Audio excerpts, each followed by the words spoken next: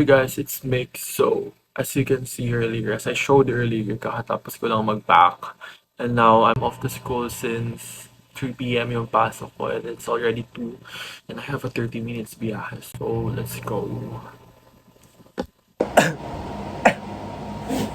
So, today, I'm gonna clean my shoes kasi ilang buwan ko na ata silang hindi nalilinisan. At pag ginagamit ko sila, tapos pag tinignan ko yung paa ko, parang ang dumitignan.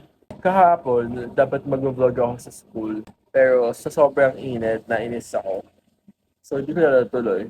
So, ngayon, it's the next day, and we have some footwears to clean. Linisin ko, 2 shoes lang, and then yung sliders ko. And yeah, I really had to force myself to do this kasi I have a long weekend ahead. Ang dami kong gagawin. I'll be out of town, and yeah. Vlog ko din yan. So when I usually clean, of course, I use a shoe cleaner, yung nasa bottle na liquid siya. Tas may mga brushes din na pang shoes, gano'n. And since months ago pa yung last clean ko ng mga footwears ko, nawawala siya ngayon nung hinahanap ko. So I had to think of an alternative. For the brushes, toothbrush. Then, I wonder if it's good for your shoes, pero sabi nila hindi daw. Pero I had to clean my shoes talaga. So yung ginamit ko is yung powder, sabon na powder. Powdered soap. That makes sense. I hope it doesn't ruin my shoes. Though it's already ruined, but like, you know. My mom is cooking dinner na and now I'm just gonna do some activities kasi may mga deadline ako later at 11:59. And ewan ko bakit ngayon ko na siya ginagawa.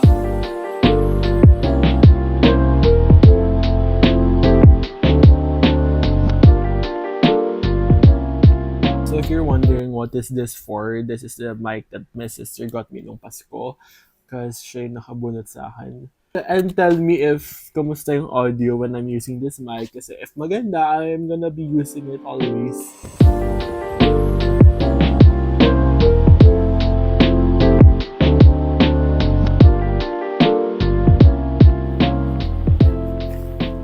What's up guys? So kakatapos ko lang mag-pack for Zambales and I'm gonna be leaving maya-maya. So I sat down to give you an update kung ano yung next ganap ko. But I'm gonna be bringing you guys with me. Iniisip ko nga kung different vlog na lang ba with Zambales or isama na lang dito. Pero kasi iniisip ko talaga. Hindi ko naman nila ako ganun magka-talky-talky sa Zambales kasi I want peace lang doon. Just appreciate the nature and ocean. Pakita ko sa inyo kung gaano ka dami yung dala ko. So ito lang literal siya. It's just one backpack. So halatang overnight lang ako doon. And ayun, I hope magkasya din yung damit ko. Though feeling ko naman, sadly wala akong charger. Pero meron akong cord. Pero wala akong adapter kasi nasira ko siya nung nakaraan. Doon naghihinga na talaga siya. Nabaksak ko siya once, then may crack na siya sa ilalim niya sa mismong saksakan. Then, nung nakaraan, nablaglag ko ulit, bumigay na siya. So ngayon, wala akong charger na dadalhin. Bahala na. Dito ako sa tapat ng CR kasi parang ganda ng ilaw dito. But anyways, I'll be leaving na and halata sa mata ko na parang wala akong tulog.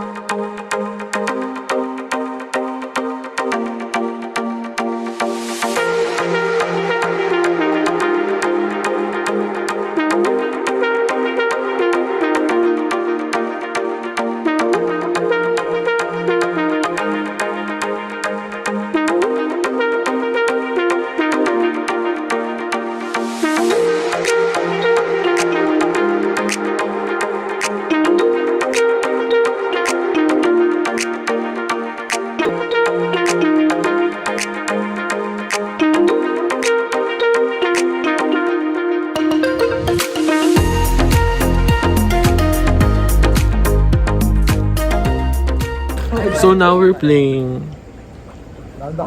Nakalimutan ko yung tawag. So nanalo ako kasi ako muna naka-20. May sarili kaming rules dito. We're gonna play some music now. I'll be back. What's up guys? I'm home. Hindi ako nakapag-vlog masyado sa Zambales kasi I just really want to like appreciate the nature and beach. And nandun lang naman ako for 2 days and 1 night. So like, just really wanted some peace. And now I'm home and I'm hungry and I'm gonna do a little recap.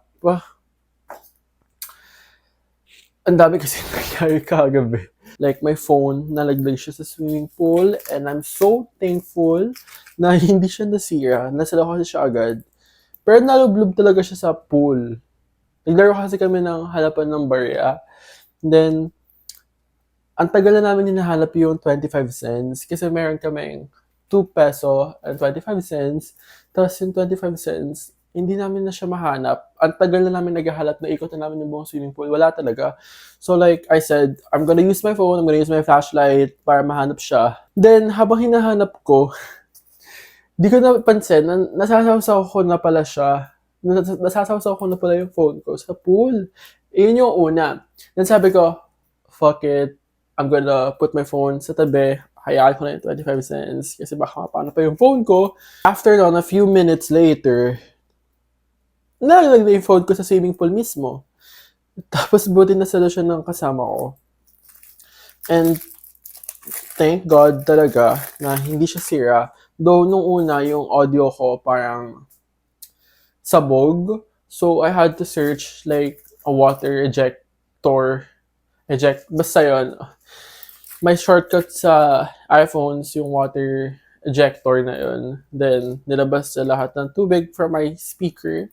And pinatuyo ko mismo yung charging port ko para hindi sumabog. Just to be sure na hindi sumabog. I'm a little tired and haggard, but yeah. I just want to like update you guys, do a recap kung ano man nangyari. Wait lang, hihiwain ko lang to saglit.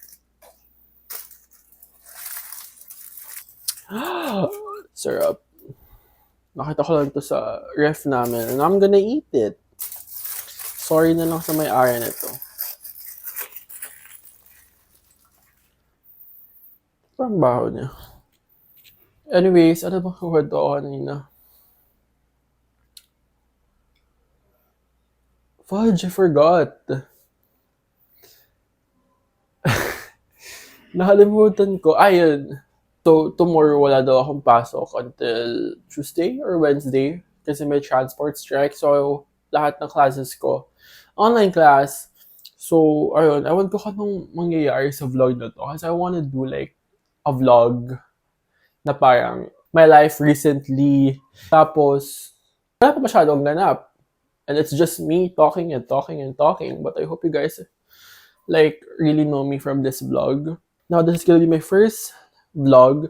Ewan ko kung may sense pa yung sinasabi ko, but feeling ko naman meron. Anyways, I'm gonna eat this. This is yummy. I've never tried this. Ngayon pa lang. Kasi when we go to Tropical Hut, ang kinakain ko lang usually is chicken and fries, then the Clubhouse. Kasi ang sarap talaga ng Clubhouse nila. It's affordable. May lasa siyang iba. It's like, okay. Kaya pala para siyang medyo fruity na ewan kasi may pineapple siya.